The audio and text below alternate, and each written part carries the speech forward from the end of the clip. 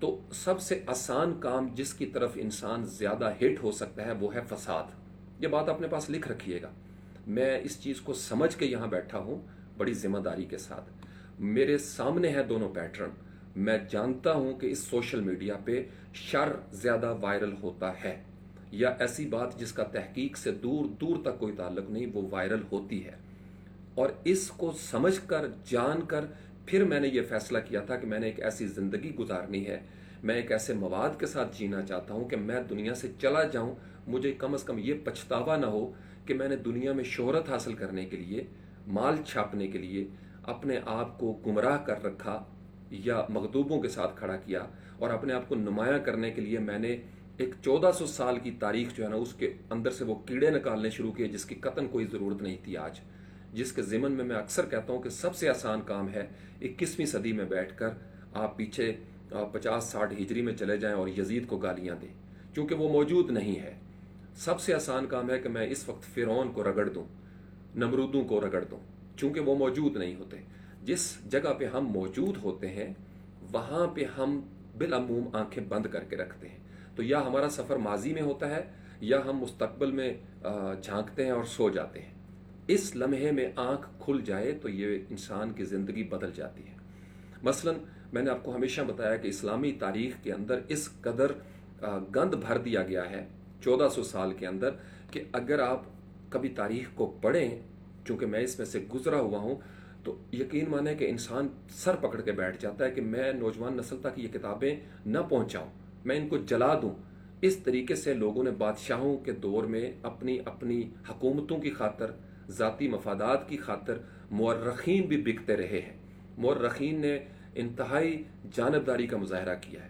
کسی نے پیسے لے کر سچ کو مسخ کیا ہے، کسی نے ڈر میں آ کر سچ کو مسخ کیا ہے، کسی نے اپنے آپ کو اس نفسیاتی بغض کی وجہ سے، ضد کی وجہ سے سچ کا چہرہ مسخ کرنے کی کوشش کی ہے. لیکن تاریخ پھر بھی بہت سارے واقعات کو زندہ رکھتی ہے، اور اس پر نظر رکھنے کے لیے یہ جو ہم نے 12-13 روز محنت کی ہے کہ جب آپ کے پاس معرفت آ جائے گی تو پھر آپ کو پتہ ہے کہ آپ نے کس طرف جانا ہے.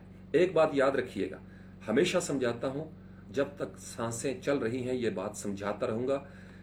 قرآن کریم کے اندر جہاں پہ ابلیس کے سجدہ نہ کرنے کا واقعہ ہے وہاں پہ ایک ہی الزام ملتا ہے، اور وہ ہے کہ من یفسد فیہا، یعنی فساد فی الارض کرے گا یہ خلیفہ، اور یسفک الدماء، یہ اس میں لڑائی جھگڑا کرے گا. تو دو چیزیں آگئی، بیسیکلی یہ ایک ہی بات ہے، یعنی فساد پیدا ہوتا ہے اور لڑائی جھگڑا پیدا ہوتا ہے. یہ دو چیزیں تھیں جو ہمارے اوپر ایکوزیشن تھی، ہمارے اوپر ہم ملزم ہیں ابلیس کی طرف سے. یہ اس نے الزام لگایا تھا کہ یہ جس کو آپ اس قدر تکریم دے رہے ہیں یہ زمین پر فساد پیدا کرے گا، جھگڑا کرے گا، یہ جھگڑالو ہو جائے گا. اب حالنی ہے، محراب و ممبر پہ ہیں، یا آپ کے پاس آ گیا ہے، یا آپ کے پاس کوئی مائک آ گیا ہے، آپ نے دیکھنا یہ ہے کہ آپ کی کسی بات سے فساد پروموٹ ہوتا ہے، جھگڑے کی راہیں روشن ہوتی ہیں یا جھگڑے کی راہیں بند ہوتی ہیں. تو بہت مشکل ہے جوڑنا، اور انتہائی یا حی یا قیوم. آج نیٹ بھی جو ہے نا گمستی کر رہا ہے، تو میں آپ کو بتا رہا تھا کہ بہت مشکل ہے جوڑنا اور انتہائی آسان ہے توڑنا. توڑنے کے آپ دیکھیں نا، علماء کرام موجود ہیں، پیران کرام موجود ہیں، مسجدیں موجود ہیں، مدارس موجود ہیں، اسلام کے قلعے جن کو قلعے کہا جاتا ہے. شیطان کے بظاہر مراکز موجود نہیں ہیں، اس کے باوجود دنیا فساد سے بھر گئی ہے. یہ دنیا فساد سے کیوں بھر گئی ہے؟ تبلیغی جماعتیں ہماری موجود ہیں، قرآن موجود ہے، قرآن کے ایک سے بڑھ کر ایک ترجمے موجود ہیں، تفاسیر موجود ہیں، احادیث کے مجموعے موجود ہیں، لیکن انسانی دنیا فساد سے بھرتی جا رہی ہے. جھگڑا ختم نہیں ہو رہا، منافقت میں مسلسل اضافہ ہو رہا ہے، زوال ہے کہ رکنے کا نام نہیں لے رہا.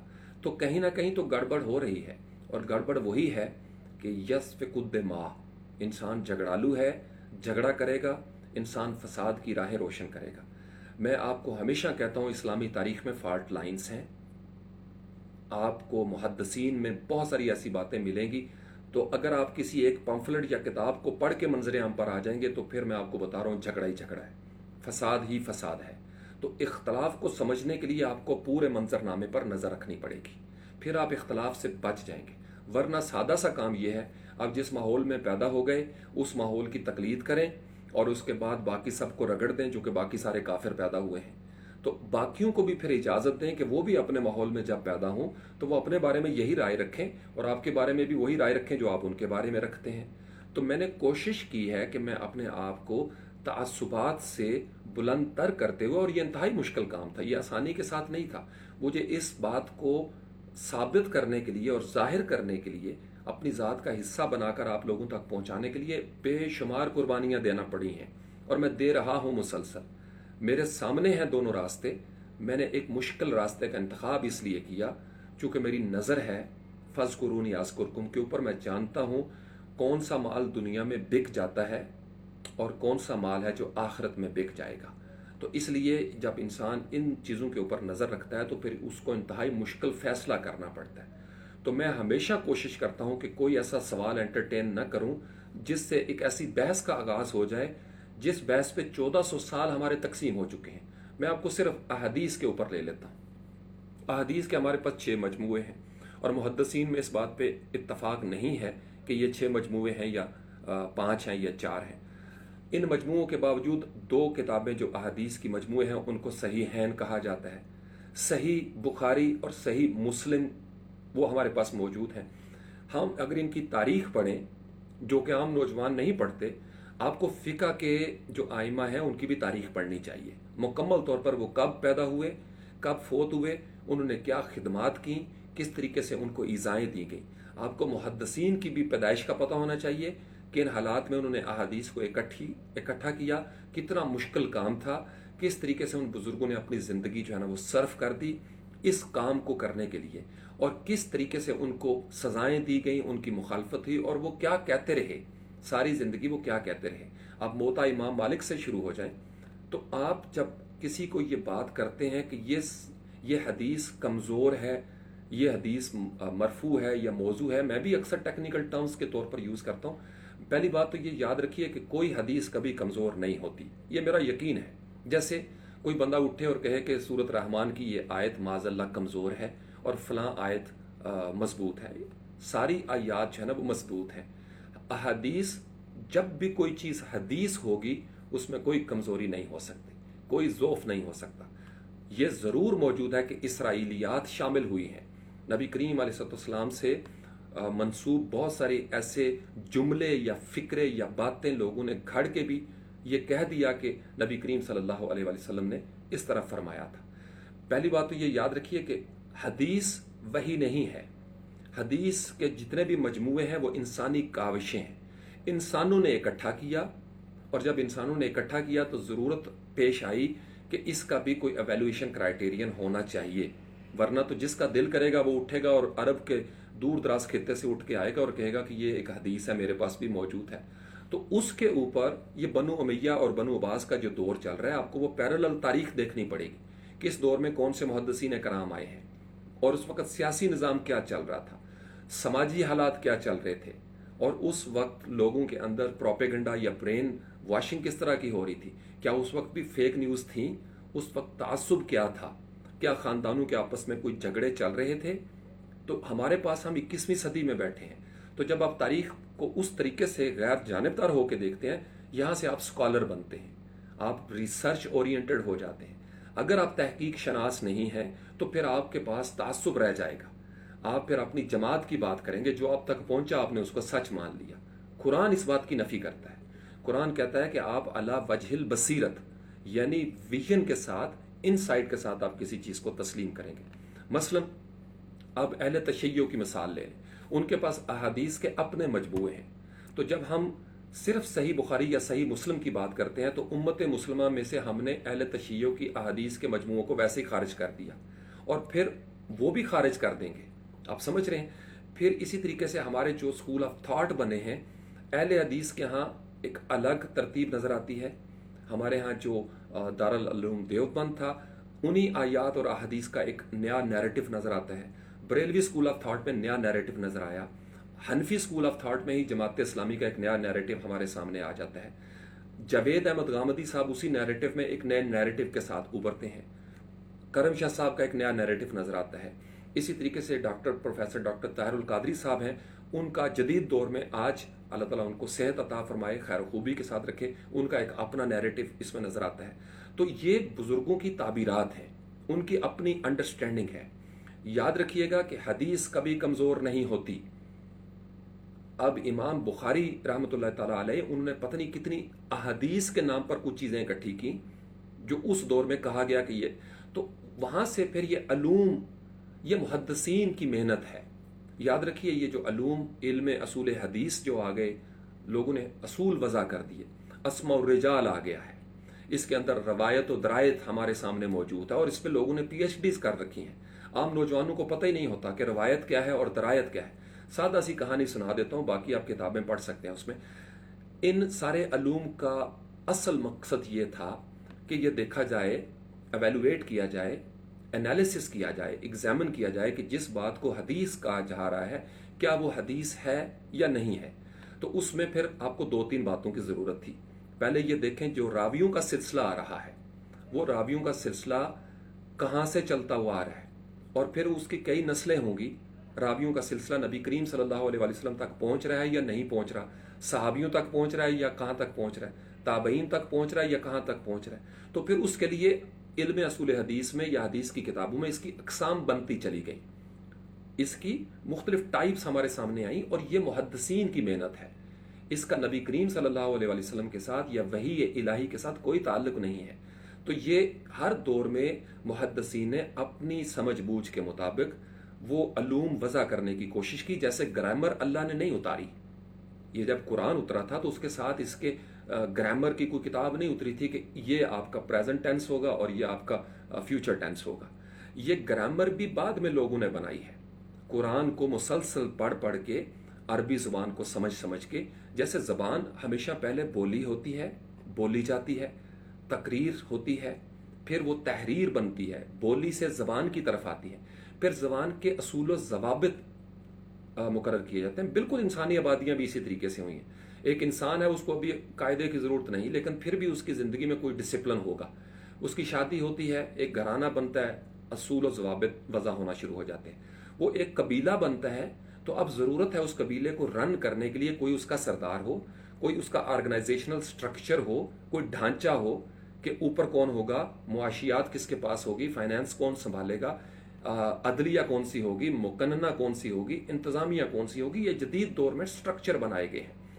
اسی طریقے سے علوم بھی مسلسل ڈیولپ ہو رہے ہیں۔ قرآن پاک کو جس طریقے سے آج ہمارے سامنے علوم موجود ہیں، صحابہ اکرام رضوان اللہ علیہم اجمعین کے سامنے یہ علوم موجود نہیں تھے۔ ان کے سامنے صرف صاحب قرآن موجود تھے صلی اللہ علیہ وآلہ وسلم۔ انہوں نے براہ راست آپ علیہ السلام سے وہ تشریح لی تھی جب کبھی، ایک تو زبان ان کی عربی تھی، اس ماحول میں تھے، اس کی تشبیہات، استعارات کو سمجھتے تھے، انہیں بہت ساری باتوں میں مشکل پیش نہیں آتی تھی، چونکہ عرب اپنی فصاحت و بلاغت میں مشہور تھا۔ مشکل مسئلہ بنا ان کے لیے جو عجمی لوگ تھے، اور اگر آپ دیکھیں فقہ کے اماموں میں اکثریت جو ہے وہ عجم سے آ رہی ہے۔ عجم اس کو کہا جاتا تھا جو غیر عربی تھے، جو عربی نہیں بولتے تھے وہ سارا عجم کہلاتا تھا، اور ایک خطہ جو ہے وہ عربی تھا، اور عربیوں کے ہاں یہ تفاخر پایا جاتا تھا کہ بالکل وہی تفاخر یہودیوں میں بھی آیا کہ ہم بڑے چنیدہ ہیں، ہم چنے ہوئے ہیں، ہمارے پاس اتنے پیغمبر آئے ہیں۔ تو عربیوں میں بھی یہی تھا کہ ہم جس طرح کا شعر لکھتے ہیں، یعنی بیٹھے بیٹھے وہ ہزاروں اشعار کہہ دیتے تھے، کیا خوبصورت ان کے قافیے ہوتے تھے۔ اس وقت مکہ کے اندر اگر آپ ان کے پرانے کبھی مشاعروں کی تاریخ پڑھ کر دیکھیے، یا عربی ادب کی کبھی تاریخ کھول کر دیکھیے، کیونکہ ہمارے ہاں تو صرف پمفلٹ چلتے ہیں، ادب کے اوپر ہم نے کبھی تحقیق نہیں کی، تاریخ ہم کھول کر دیکھتے نہیں کہ انسانی آبادیاں ڈیولپ ہوتی ہوئی کیسے آئی ہیں، زبان کن کن مراحل سے گزرتی ہوئی یہاں پہ پہنچی۔ اینتھروپولوجی والے، ماہر عمرانیات یا بشریات والے آج جب ماہر لسانیات بن چکے ہیں تو سائنس شامل ہو گئی ہے۔ اب وہ جو زبان تھی اب اس کے اوپر ساختیات آ گئی ہے، پس ساختیات آ گئی ہیں۔ لوگ سوچ رہے ہیں کہ یہ اس کے اندر حیت پسندی سٹرکچر کیسے بنتا ہے، متن کیسے ڈیولپ ہوتا ہے، قاری اس میں رکھنا ہے یا مصنف کو اس میں رکھنا ہے، یا آپ نے سماج کو لے کے آنا ہے۔ تو یہ پوری تحریکات اٹھی ہوئی ہیں۔ احادیث کے اوپر بھی یہی معاملات ہوئے ہیں۔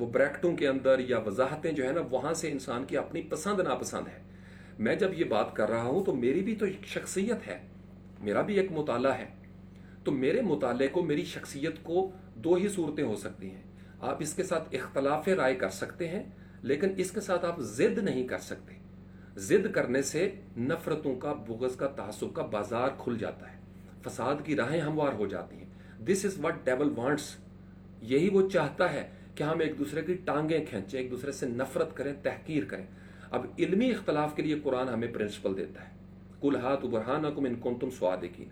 اب میں ذاتی طور پر آپ مجھ سے کوئی پوچھے, علماء کرام یا فقیہان عظام, تو میں یہ کہتا ہوں کہ آنے والے جدید دور میں ہمیں ضرورت ہوگی کہ ہم ان سارے مجموعے جو احادیث کے ہیں اس میں تمام مکاتب فکر بیٹھیں, اور ان میں سے متفقہ طور پر جو احادیث ہیں جن کا قرآن کے ساتھ براہ راست تعلق ہے اور جن پر جمہور سارے مسلمان اتفاق کر لیں, وہ ایک مجموعہ بنا دیا جائے اور اس کو وضاحت کے طور پر رکھ دیا جائے. جب تک ایسا نہیں ہوگا, میں آپ کو بتا رہا ہوں کہ سیکنڈ, تھرڈ, فورتھ ٹیئر میں گروہ بندیاں بنتی رہیں گی. گلی محلے کی سطح پر حدیث کا اور ہی ترجمہ ہو جاتا ہے, چونکہ ہر بندہ اپنی جگہ پہ چیمپئن ہے, ہر بندہ اپنی جگہ پہ اتھارٹی رکھتا ہے. بہت ساری باتیں اوپر علماء کرام کسی اور پیرائے میں کرتے ہیں, انہی کو ماننے والے نیچے گلی محلے میں جب مسجد میں بیٹھتے ہیں تو محراب و منبر سے کوئی اور ہی صدا چلتی ہے, وہ اس کا مقامی ترجمہ ہوتا ہے. تو یہ جو مقامی تراجم ہیں انہوں نے ساری گڑبڑ کی ہے. دیکھیے نا, قرآن کے اوپر ہم سب متفق ہیں, یہ قرآن اللہ کا کلام ہے, لیکن حدیث کے ساتھ یہ معاملہ نہیں ہے. اب قرآن کی تراجم پہ ہم متفق نہیں ہیں, یہ یاد رکھیے گا. قرآن کے تراجم میں اہل تشیع کی اگر آپ تفاسیر دیکھیں, جو میں نے اکثر آپ کو کہا ہے, انہیں یہ لگتا ہے کہ یہ آیت حضرت علی کی شان میں اتری ہے. آپ دیوبندی یا اہل سنت کی طرف آ جائیں تو انہوں نے بہت ساری جگہوں پہ کہا ہوا ہے کہ یہ حدیث جو ہے یہ حضرت عمر رضی اللہ تعالیٰ عنہ کی شان میں اتری ہے. تو یہ علمی اختلاف ہے. اب اس کی سند کہاں سے لیں گے؟ جب آپ شان نزول بیان کریں گے کہ یہ آیت کب اتری, کہاں پہ اتری, تو اس پہ علمی اختلاف ہے. اگین آپ کو تاریخ سے لینا پڑے گا, اور تاریخ کے اوپر میں نے آپ کو بتایا کہ بڑے اثرات مرتب ہوئے ہیں. تاریخ مسخ کی جاتی رہی ہے. جب یزید کی حکومت تھی, یہ سارے ادوار جو آئے ہیں یہاں پہ تاریخ اپنی مرضی کی لکھوائی جاتی رہی ہے. جو نہیں سمجھتے وہ جدید دور سے ریورس انجینئرنگ کریں. ہر دور کے سیاست دانوں نے اپنی مرضی کی کتابیں چھاپی ہیں. ضیاء الحق صاحب کے زمانے میں ان کی مرضی کا لٹریچر چلتا تھا, مشرف کے زمانے میں ان کی مرضی کا لٹریچر چلتا رہا. صحافی ان کی مرضی کے مطابق لکھتے تھے ورنہ جیل میں چلے جاتے تھے. اینکر پرسن اگر ان کی مرضی کے مطابق بیان نہیں دیں گے تو میڈیا چینل ہاؤس بند ہو جائے گا, آپ کو شوکاز نوٹس جاری ہو جائیں گے, آپ کو آف ایئر کر دیا جائے گا. یہ جدید دور کا اس کی پریکٹس ہے. تو آپ جس جگہ پہ ہوتے ہیں وہاں پہ آپ کو بہت سارے سمجھوتے کرنے پڑتے ہیں. آپ سچ اس طریقے سے مکمل طور پر بولتے ہی نہیں, اس لیے یہ جو آپ کے ادھورے سچ ہیں کہ جہاں پہ جبر ہوتا ہے وہاں سے پھر لوگوں نے علامتی پیرائے میں بات کرنا شروع کر دی. یہ جو سمبولزم کی تحریک چلی تھی ادب کے اندر, یہ اس لیے آیا تھا کہ اگر آپ سچ بولتے تو آپ کو کوڑے پڑتے. تو پھر لوگوں نے ایسے الفاظ گھڑ لیے, ایسے الفاظ بنا دیے کہ جن کو ان کے کئی ڈیپر لیئرز پہ ان کی میننگز ہوتی تھی. یاد رکھیے جب محدثین کے ہاں بھی ہمیں یہ ملتا ہے, اگر آپ ان کی تاریخ پڑھیں تو کس قدر پریشر آیا تھا ان کے اوپر. یہ تو ان کی عظیم لوگ, ان کو میں سلام پیش کرتا ہوں, انہوں نے بڑی قربانیاں دی. امام نسائی کی کبھی واقعات پڑھیں, امام مالک کی کبھی پڑھیں, کس طرح لوگوں نے ان کو تحقیر کی, ان کی کس طرح کوڑے برسائے گئے, کس طرح جیلوں میں ڈالا گیا. بادشاہ برداشت نہیں کرتے مکمل سچ. ہر دور کے بادشاہوں نے انسانی آبادیوں کو سچ بولنے سے روکا ہے, کیونکہ سچ بڑا تلخ ہوتا ہے. سچ بولنے سے ان کی حکومت خطرے میں پڑ جاتی ہے. وہ سچ موسیٰ علیہ السلام بولیں یا وہ سچ نبی کریم صلی اللہ علیہ وسلم کے زمانے کا ہو یا وہ سچ آج 21ویں صدی کا ہو, یہ پوری انسانی تاریخ کا المیہ رہا ہے کہ مکمل سچ والے کو ہمیشہ قربانیاں دینا پڑتی ہیں. وہی پیٹرن چلے گا. شروع میں وہ کیا ہوگا, آپ کو نظر انداز کریں گے, پھر آپ کو گالم گلوچ دیں گے, آپ کو ریڈیکیول کریں گے, آپ کا تمسخر اڑائیں گے, آپ کو پھر سزائیں دی جائیں گی, سختیاں ہوں گی, ہجرت کرنا پڑے گی, آپ کو فائنینشیل کرائسس سے گزرنا پڑے گا, سوشلی آپ کو ڈیمیج کیا جائے گا, کریکٹر اسیسینیشن آپ کی جائے گی. کیا پیغمبروں کی کریکٹر اسیسینیشن نہیں ہوئی؟ کیا ان کو گالم گلوچ سے نہیں گزرنا پڑا؟ کیا ان کے گلے میں اوجڑیاں نہیں ڈالی؟ الزام کیا تھا کہ یہ ہمارے دین کے خلاف بات کرتا ہے, ہمارے معبودوں کے خلاف. کیا ہمارے آباء و اجداد غلط تھے؟ تو بیٹے یہ بڑے سینسٹیو کام ہے. اگر ایک بندہ اس گند میں نہیں اترنا چاہتا جو تاریخ اسلام میں ہمارے سامنے آ چکا ہے تو اس کو رہنے دیں وہاں پہ، کیونکہ وہ کچھ خوف زدہ ہو کے باہر نکلا ہے، یا پھر مجھے اضافہ کرنے پہ مجبور کریں گے کہ میں وہاں پہ شامل ہو جاؤں۔ میں نے آپ کو سادہ سی کہانی بتائی ہے، درایت، جہاں پہ علم حدیث میں درایت ہے تو ایک کامن سینس کی بھی بات کرتے ہیں بزرگ، کہ آپ کو ایک کامن سینس ہے، اس میں کوئی زیر زبر کی غلطی نہیں ہو سکتی، اس کا جو عربی متن ہے، لیکن ترجمے میں غلطی ہو سکتی ہے، تشریح میں غلطی ہو سکتی ہے، لیکن اس غلطی کا اظہار میں نہیں کر سکتا، میرا وہ علم نہیں ہے، میں نے اتنی عمر نہیں گزاری۔ دیکھیں، آپ کسی کی نیت پہ شک نہیں کر سکتے۔ بزرگوں نے، اگر آپ بہت پیچھے چلے جائیں، اردو نثر کی روایت پہ اگر آپ غور کریں نا، تھوڑا سا پڑھا کریں ان چیزوں کو، تو شاہ ولی اللہ رحمۃ اللہ تعالیٰ علیہ کے دو بیٹے، شاہ رفیع الدین، شاہ عبد القادر، دونوں نے قرآن کا ترجمہ کیا تھا۔ شاہ رفیع الدین نے لفظی ترجمہ اور شاہ عبد القادر نے اس دور میں جو اردو تھی، جو بھی اس کی شکل تھی، وہ اردو کا ترجمہ اگر میں مدیہ کو دوں یا علی حمزہ کو تو آپ پڑھ نہ سکیں، وہ اتنا مشکل۔ تو اب پھر اس سے مزید آگے زمانہ پڑتا ہے تو ایک نئی طرح کی اردو میں ترجمہ ہو گیا، تو ہم ان بزرگوں کی نیت پہ شک نہیں کر سکتے، ہم یہ نہیں کہہ سکتے انہوں نے ترجمہ غلط کیا ہے۔ جیسے آج کے دور میں جو جدید سائنس ہے وہ یہ نہیں کہہ سکتی کہ نیوٹن نے غلط کیا تھا، نیوٹن اپنے دور میں دیکھ رہا تھا، آئنسٹائن نے اپنے دور میں بات کی ہے، ہر سائنسدان، ڈارون کے اوپر آج بیٹھ کے تنقید کرنا آسان ہے، لیکن یہ دیکھیے ڈارون کے پاس سہولیات کیا تھیں، اس کے پاس آج کی ماڈرن لیبارٹری موجود نہیں تھی، آج کی طرح کا کمپیوٹر نہیں تھا، آج کی طرح وہ ڈیٹا کو اینالائز نہیں کر سکتا تھا، سٹرکچر اس کے سامنے اس طرح کے موجود نہیں تھے، اتنا سپیڈی کمپیوٹیشن نہیں ہو سکتی تھی، اس کے باوجود اس کی ہمت ہے کہ اس نے اوریجن آف سپیشیز لکھی۔ تو ہمارے جو سیرت نگار گزرے ہیں تاریخ میں، سیرت ابن ہشام سے شروع ہو جائے، جتنے لوگ تھے انہوں نے بڑی محنتیں کی ہیں، فقہ اسلامی کے اندر بھی لوگوں نے بڑی محنت کی ہے، احادیث کو بھی فلٹر کرنے کے لیے لوگوں کی عمریں گزر گئی ہیں۔ یہ میرا اور آپ کا کام نہیں ہے کہ ہم کسی حدیث کو وہ حدیث کا لفظ لگائیں اور کہہ دیں کہ یہ جو گلی محلے میں ہمارے جھگڑے ہیں نا، یہ فسادی لوگوں کے کام ہے، کہ آپ کسی طریقے سے مشہور ہونا چاہتے ہیں، آپ کے اندر ایک کمپلیکس موجود ہے، اور آپ نے کہا جی کہ صحیح بخاری میں یہ حدیث لکھی ہوئی ہے، اب انہی کی مخالفت شروع ہو جائے گی۔ ایک بندہ اٹھتا ہے، وہ کہتا ہے یہ حدیث ہے ہی نہیں، اب پھر آپ کیا کریں گے؟ تو آپ نے پہلے دراصل اپنے پاس سے کچھ مواخذ لے لیے، مصادر و مراجع لے لیے۔ دیکھیے، یہ سچ نہیں ہوتا کہ میں کہوں یہ قرآن میں لکھا ہوا ہے، یہ میرا سچ ہے، یہ مسلمانوں کا سچ ہے، یہ میں کہتا ہوں یہ میری کتاب ہے، اگرچہ یہ ذکر للعالمین ہے لیکن یہ میرا ماننا ہے۔ جس بندے نے قرآن کو سرے سے تسلیم ہی نہیں کرنا، آپ اس کو قرآن سے لاجک نہیں دے سکتے۔ آپ کہتے رہے قرآن میں یہ لکھا ہے، اس کی روح سے آپ کافر ہو، وہ کہے گا میں قرآن کو مانتا ہی نہیں۔ ایک انسان صحیح بخاری کو نہیں مانتا، آپ اس کو کیا سنائیں گے؟ وہ کہے گا اصول کافی میں یہ لکھا ہوا ہے، میں صحیح بخاری کو نہیں مانتا، تو پھر جھگڑا شروع ہو جائے گا۔ اور اسی وجہ سے امت ٹکڑوں میں تقسیم ہو چکی ہے کہ ہم نے اپنی اپنی کتابوں سے حوالے دیے اور نیچر کو نہیں سمجھا، سائنس کے اوپر نظر نہیں دوڑائی، امت مسلمہ کی زبوں حالی پہ ہم نے نظر نہیں دوڑائی، ہم نے یہ دیکھا ہی نہیں کہ ہمارے کرتوتوں نے امت کو ٹکڑے ٹکڑے کر دیا ہے۔ تو اس میں اضافہ کرنا بہت آسان ہے، کمی کرنا بہت مشکل ہے۔ میں اس لیے آپ نے دیکھا ہوگا جتنے علماء کرام نے امت کو جوڑنے کی کوشش کی، ان پہ سب سے زیادہ الزامات لگے ہیں، ان پہ فتوے لگے گئے ہیں، چونکہ وہ ایسے لوگ ہیں، چند قلیل تعداد، آٹے میں نمک کے برابر وہ علماء کرام ہر مکتبہ فکر میں موجود ہیں جو امت کو جوڑنا چاہتے ہیں۔ آپ دیکھیں ان کی درگت کیسے بنتی ہے، گلی محلے میں تمسخر ہوتا ہے ان کا، ان کو کافر کہا جاتا ہے، ان کو فتنہ کہا جاتا ہے، چونکہ وہ امت کو جوڑنے کی بات کرتے ہیں۔ اور پھر گلی محلے کی اب وہی چیزیں اب کنیکٹ ہو گئی ہیں سوشل میڈیا کے ساتھ، تو وہی جھگڑے جو 1400 سال سے چل رہے تھے، سنیوں کے، شیعوں کے، دیوبندیوں کے، اہل حدیث کے، وہ اب ضد جو ہے نا وہ سوشل میڈیا پہ آ گئی ہے۔ یوٹیوب کے چینل، میں یہ اب کبھی وہ بند نہیں ہوں گے اس طرح کے چینل، یاد رکھیے، چینل وہی بند ہوگا جس سے عالمی برادری کو خطرہ ہوگا، وہ چینل کبھی بند نہیں ہوگا جس سے صرف امت مسلمہ کی وحدت کو خطرہ ہوگا۔ یہ لکھ رکھیں اپنے پاس، ایسے چینل پروموٹ کیے جائیں گے، ایسے فیس بک پیجز کو پروموٹ کیا جائے گا، وہ ان کی ضرورت نہیں ہے۔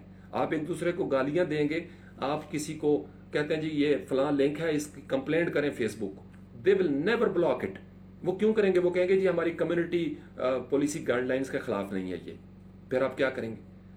تو کچھ ایسے پیجز جو بند ہو جاتے ہیں وہاں پہ کمپلینٹ کرنے کی بھی ضرورت نہیں ہے، دے نو اٹ،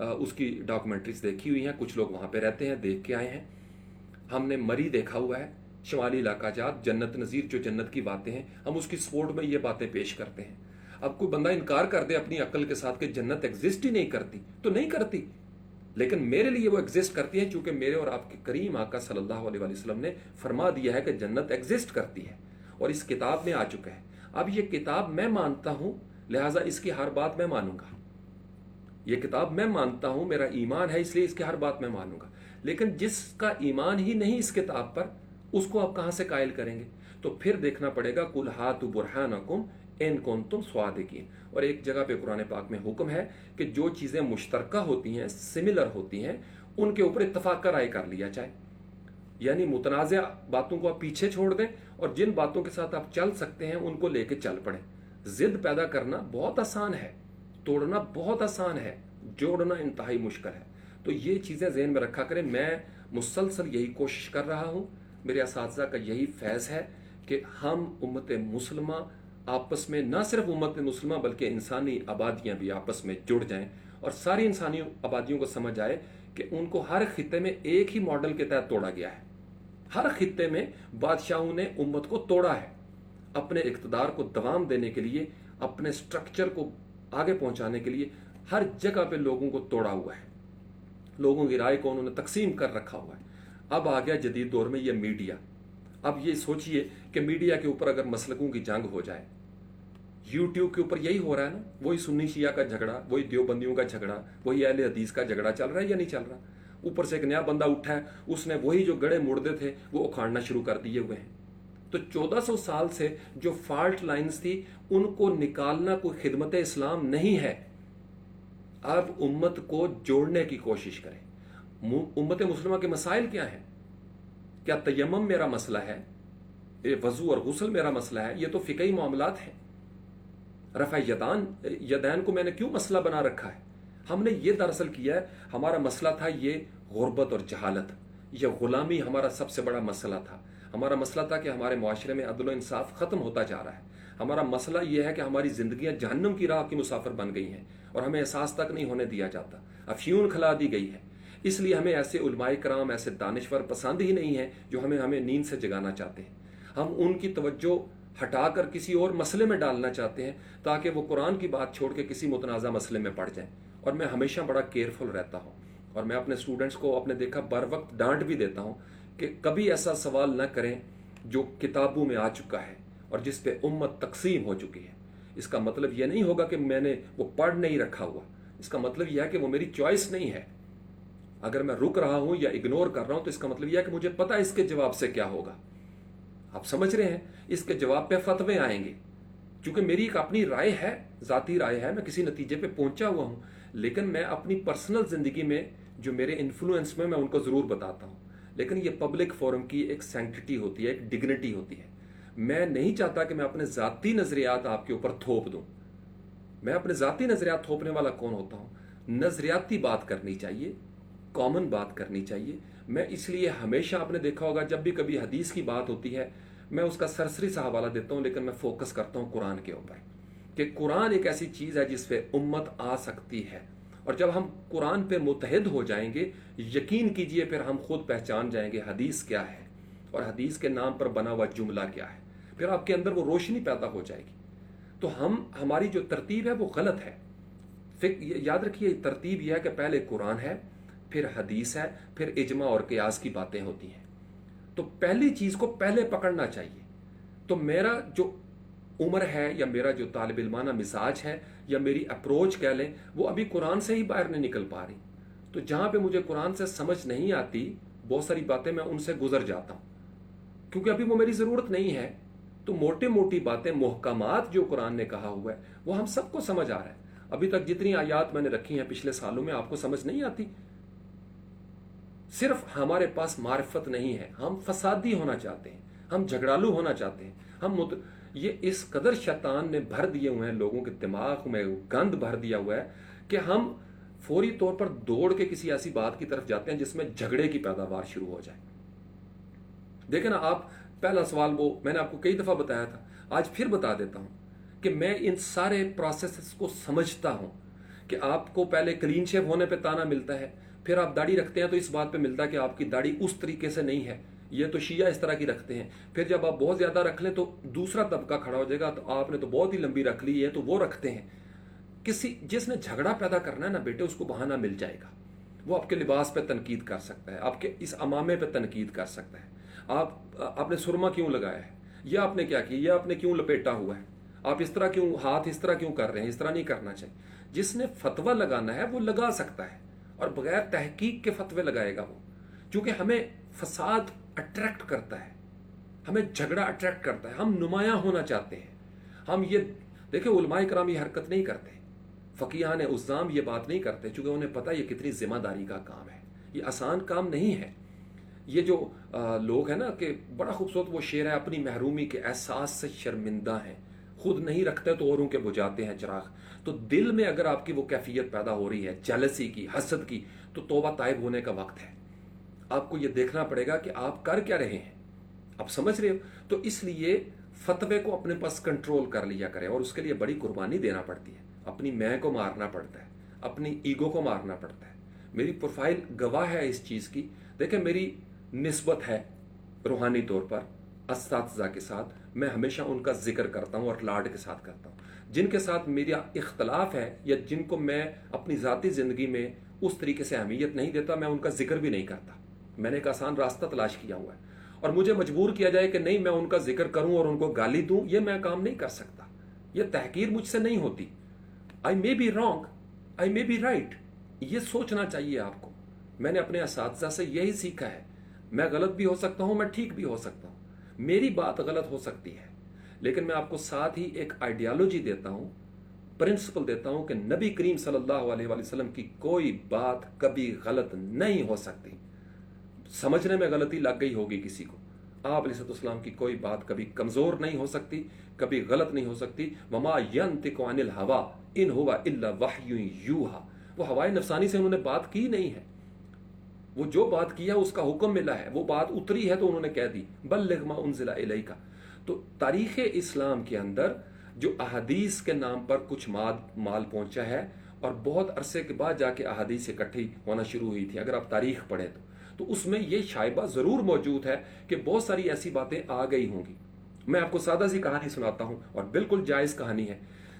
جو صحائح ستہ ہیں اہل سنت کے ہاں، اس میں آپ کو بہت ساری، یعنی بندہ سوال پیدا کرتا ہے کہ اس میں اہل بیت سے مروی احادیث کی تعداد آٹے میں نمک کے برابر ہے۔ کیوں ایسا ہوا؟ اس کا مطلب یہ ہے کہ اگر آپ تاریخ پڑھیں گے تو آپ کو پتہ چلے گا کہ بنو امیہ کے دور میں ایک ایسا زمانہ گزرا ہے جب محراب و منبر پر باقاعدہ سب و شتم کیا جاتا تھا، جب علی نام نہیں آپ رکھ سکتے تھے، فاطمہ نام رکھنا، حسن حسین اس طرح کے نام رکھنے، اگرچہ اس پہ بھی ایک اکا دکا اختلاف موجود ہے۔ تو ہماری تاریخ مسخ ہو چکی ہے، ہماری تاریخ میں ایسی کتابیں لکھی گئی ہیں جس میں امام علی مقام امام حسین علیہ السلام کو معاذ اللہ پتہ نہیں باغی اور کیا کچھ نہیں کہا گیا۔ تو اب آپ یہ دیکھیں امت کا اجتماعی شعور کس طرف چل رہا ہے، اس کی ڈیولپمنٹ کیسی ہو رہی ہے۔ تو یہ چوائسز کا معاملہ ہے، یہ چوائسز کا معاملہ ہے۔ تو اس لیے لان تان کرنے کی بجائے اپنی توجہ رحمتوں کے اوپر رکھیں۔ دیکھیں یزید نے میری جو تحقیق کے مطابق ایک انتہائی بڑا ظلم کیا ہوا ہے، میری یہ تحقیق یہ کہتی ہے، لیکن میں اپنے لائیو سیشنز میں کیوں اس کا نام لوں بار بار اور اس کو ملعون کہہ کر ہی مجھے کلیجے میں ٹھنڈ پڑے؟ جو ہے وہ ہے، تو میں اس کی بجائے امام علی مقام امام حسین علیہ السلام سے اپنی محبت کا اظہار کر دیتا ہوں۔ اٹس انف۔ میں جب کہہ دیتا ہوں کہ میں ابو ترابی ہوں، میں یہ کہہ دیتا ہوں کہ میری رگوں میں علی کا خون ہے، تو بات ختم ہو گئی۔ آپ سمجھ رہے ہیں؟ اپنی نسبتوں کا اظہار کریں، لیکن کسی کی نسبتوں کی تحقیر نہ کریں۔ دیکھیں نا، میرے دادا جی ہیں، میں ان کی تعریف کرتا ہوں، میرے والد ہیں، میں ان کی تعریف کرتا ہوں، اپنی بیٹی کی تعریفیں کرتا ہوں، لیکن مجھے یہ حق نہیں ہے کہ میں اپنے کسی مخالف کی ماں کو یا باپ کو گالی دوں۔ یہ غلط بات ہے۔ یہی تو تہذیب ہمیں نہیں سکھائی گئی۔ جنگلی معاشرہ بنا دیا گیا ہے، جانور بنا دیا گیا ہے، کچھ مذہب کے نام پر جانور بنائے گئے ہیں، کچھ سیاست کے نام پر جانور بنا دیے گئے ہیں، کچھ کو لسانی بنیادوں پر جانور بنا دیا گیا، کچھ کو گروہی بنیادوں پر، وہی کالے گورے کی پہچان، یہ ہم بلوچی، ہم پنجابی، ہم سندھی اور ہم سارے پاکستانی ہیں۔ اس چیز کو لے لینا، ایک بڑی علامت لے لیا کریں، پھر سکون ہو جائے گا۔ میں نے دیکھا ایسی زبانوں کے اوپر اختلاف پیدا کیے ہوئے ہیں، اور بھائی اردو کو لے لو نا، اس میں کیا حرج ہے؟ قومی زبان ہے،